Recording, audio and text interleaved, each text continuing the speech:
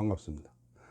오늘은 그 집성촌에 대해서 한번 살펴보겠습니다. 집성촌이라는 것은 같은 성씨를 가진 사람만 모여 사는 마을을 말해요. 지금은 아마 찾아보기 어렵죠. 그런데 1950년대만 해도 이 집성촌이 많이 있었어요. 저기 전라남도 순천에 가면은 문성공개, 중랑장공파, 남원종에 그 도사원 두군파의 집성촌이 한 200여 호 되는 큰 동네가 있는데 거기에는 최씨만 살고 지금도 아마 타성인이 몇 명 안 사는 걸로 그렇게 알고 있어요. 그런데 그 6.25 때 한국전쟁 때 거기 타성인이 두 집이 있었대요. 한 집은 동네 한복판에 있고 한 집은 저 동네 들어오는 초입에 있었는데 미군 폭격기가 동네 한복판에 있는 타성맞이 집을 폭격을 해버렸어요. 그러니까 이제 그 폭격 맞은 사람도 이사를 가고 저 동네 초입에 사는 사람도 여기는 뭐 치가들만 사는 동네고 우리는 살면 안 되는 데다 그러고 이사를 가버렸다고 제가 그런 얘기를 들은 적이 있어요. 이렇게 1950년대만 해도 곳곳에 그 같은 성씨만 모여 사는 이런 집성촌이 있었습니다. 대개 이제 그 동네 뒷사내라가 선산을 모시고 그 아래에 이렇게 후손들이 모여 사는, 말하자면 이제 그런 사람들을 보고 화민 그렇게 말하죠. 화민들이 모여 사는 그런 마을인 것이죠. 그런데 이제 그런 데는 대개가 그 종가가 있죠. 그 동네에 종가에 이제 제일 어른이 말은 집안 어른이 그 동네 전체를 관장을 하는데 종가를 중심으로 아주 화합해서 단합해서 하는, 문자 그대로 미풍양속을 이어가는 이제 그런 동네라 이렇게 말할 수 있죠. 근데 이 집성촌이 발생하게 된 배경과 그 과정을 한번 살펴보면은 한민족은 정착민족이에요. 이동해 다니지 않는 거죠. 왜냐하면 농사를 짓고 사는 농경민족이기 때문에 농사를 지으려면은 옮겨 다닐 수가 없잖아요. 그러니까 한 군데 틀을 잡으면 계속 그 자리에서 대대로 사는 거예요. 남귤북지 하는 이 사자성어가 있어요. 이게 뭔 말이냐면은 중국의 그 회수 이남에 있는 귤나무를 회수 북쪽으로 옮겨 심으면은 귤이 안 열리고 탱자가 열린다, 그런 말인데 이게 사실은 무슨 뜻이냐면은 양반이 자기 동네를 떠나서 객지로 나가면은 쌍놈이 된다 이 말이에요. 그러니까 안 가는 거지. 다른 데로 옮겨가면 자기를 인정해주는 그 기득권을 인정해주는 그거 아무것도 없어져 버려요. 그러니까 옮겨가질 않는 거예요. 그리고 이제 고대에는 그 사람이 사는 지역으로 신분을 표시했어요.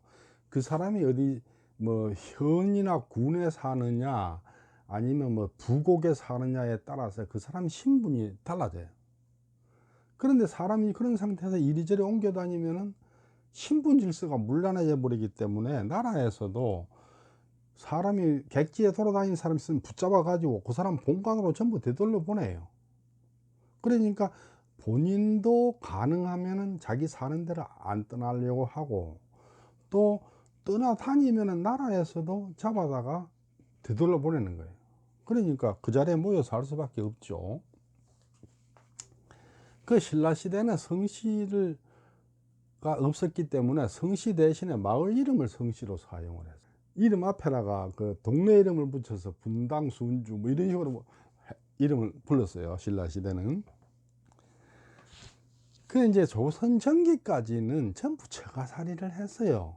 원래 자기 거기서 사는 게 아니고. 그러니까 제가 그 집성촌 얘기를 하고 있고 저 한마을에 모여 살았다 얘기를 하지만 해도 조선 전기까지는 그 동네가 지금 우리가 생각하는 집성촌 요게 아니에요.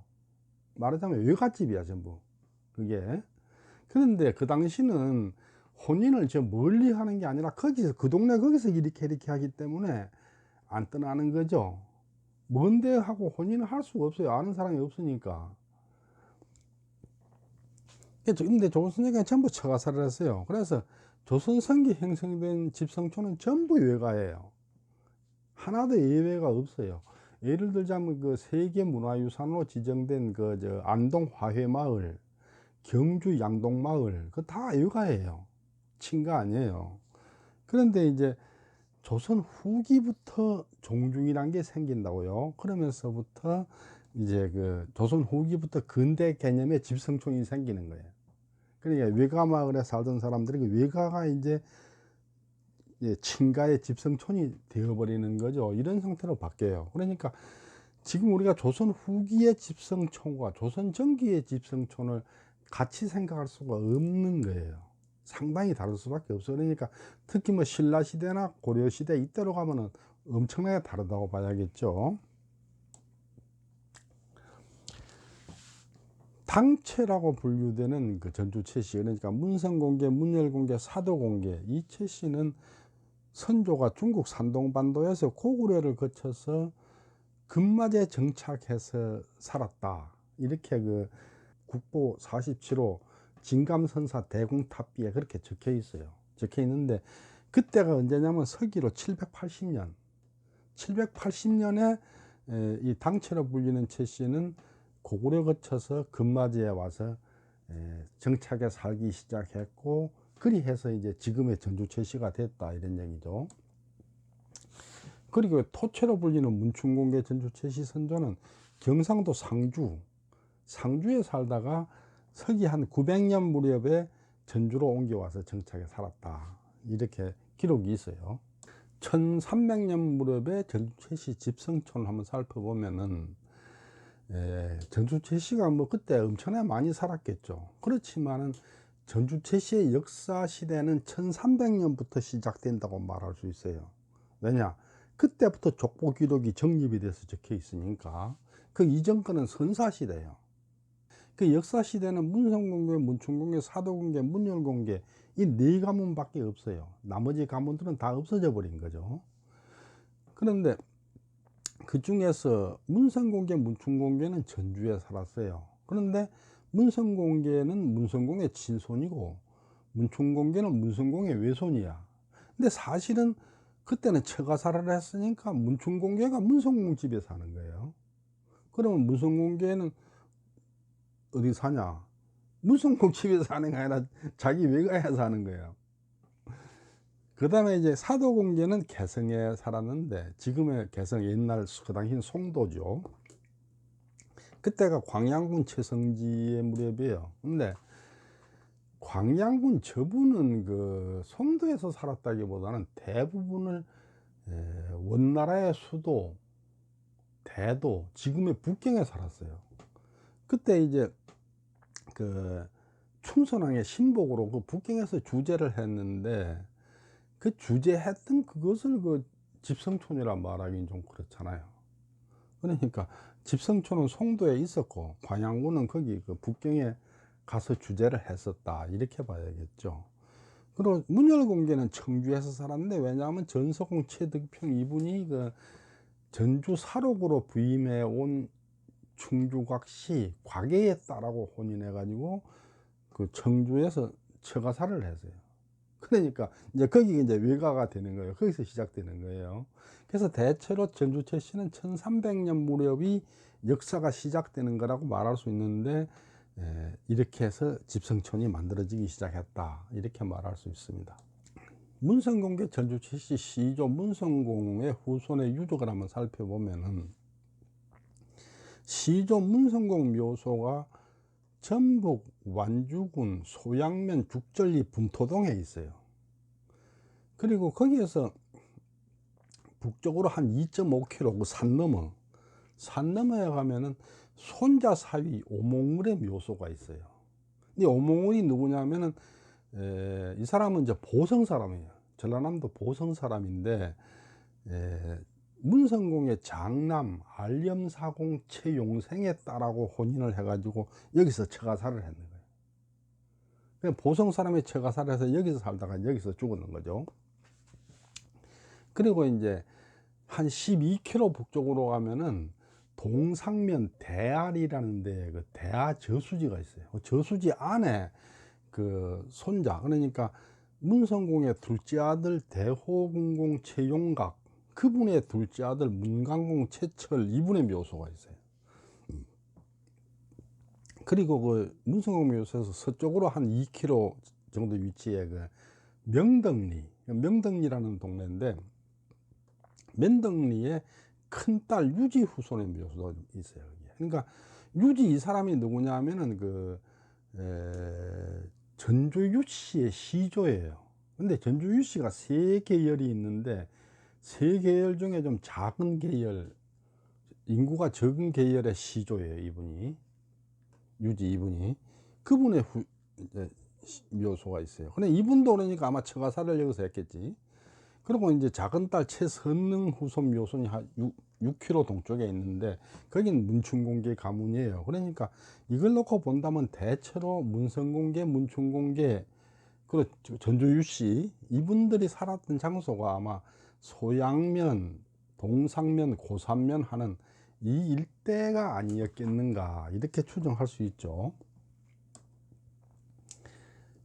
조선 전기에 형성된 전주채씨 집성촌을 한번 살펴보면은, 문열공계가 청주곽시를 외가로 해서 청주 북이면 대윤리에 집성촌이 만들어졌고, 알렘사 공파가 해평김씨를 그 외가로 해서 경상북도 구미 해평면 해평리에가 있고, 또 이제 알렘사 공파에서 저 진주 하씨를 외가로 해가지고 하동군 옥종면 두양리에가 있고, 또 중랑장 공파에서 부안 김씨를 외가로 해서 부안군 부안읍 영곡리에가 이제 부안 김씨를 외가로 있고, 또 그다음에 고부이 씨를 외가로 해서 정읍시 정우면 장순리에가 그 집성촌이 있었고, 또 이제 남원종해라 그래가지고 저기 임실, 지금의 임실이에요. 거기는 옛날에는 게 남원인데, 거기에 양성이 씨를 외가로 임실군 지사면 방계리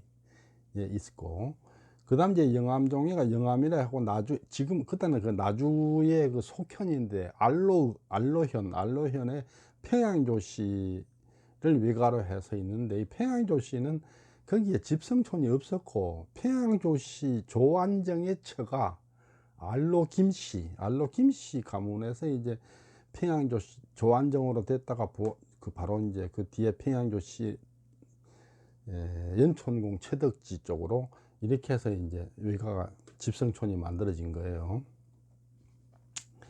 2015년 전주채씨 도별로 인구를 보면 쭉 이렇게 있는데, 경기도나 서울은 저기 문열공계가 많이 살았는데, 문열공계는 많지만 해도 저 25%니 21%니 되는 인구는 문열공계라기보다는 그 객지에서 온 사람들, 객지에서 서울로 오르는 사람이 대부분이겠죠. 저 같은 사람이죠, 말하자면은. 그 다음에 이제 전라북도에 한 10%가 사는데, 저거는 아마 문성공계, 문충공계라 보이고, 경상남도에 5.8%가 있는데, 거기는 알렘사 공파가 많이 살고, 전라남도에 한 4.7%, 거기는 문성공계, 문충공계가 많고, 충청남도는 문열공계가 뭐 압도적일 것으로 보이고, 광주는 문성공계, 그 다음에 대전이나 저기 충청북도는 문열공계가 많죠. 경상북도도 이제 알렘사 공파가 일부 있고, 이걸 지역별로 통계를 내보면은 수도권에가 23만 9천 명, 52%가 있는데, 저건 아마 대부분이 객지 사람이다, 이렇게 봐야겠습니다. 그 다음에 이제 호남에 8만 9천 명, 20%, 이거는 상당히 아마 문성공계하고 문충공계가 많이 차지하는 것으로.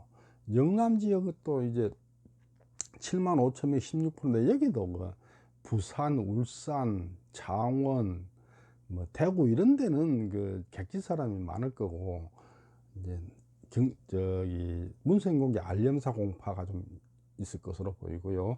호서에 4만 5천 10%, 여기는 아마 문열공계가 큰 비중을 차지하지 않는가, 이렇게 생각이 됩니다. 다음번에는 그 전주채씨 집성촌, 임진왜란 이전에 만들어진 집성촌들이 어떤 과정을 거쳐서 만들어졌는지를 한번 그 이동 경로를 합쳐서 한번 살펴보도록 하겠습니다. 경청해 주셔서 감사합니다.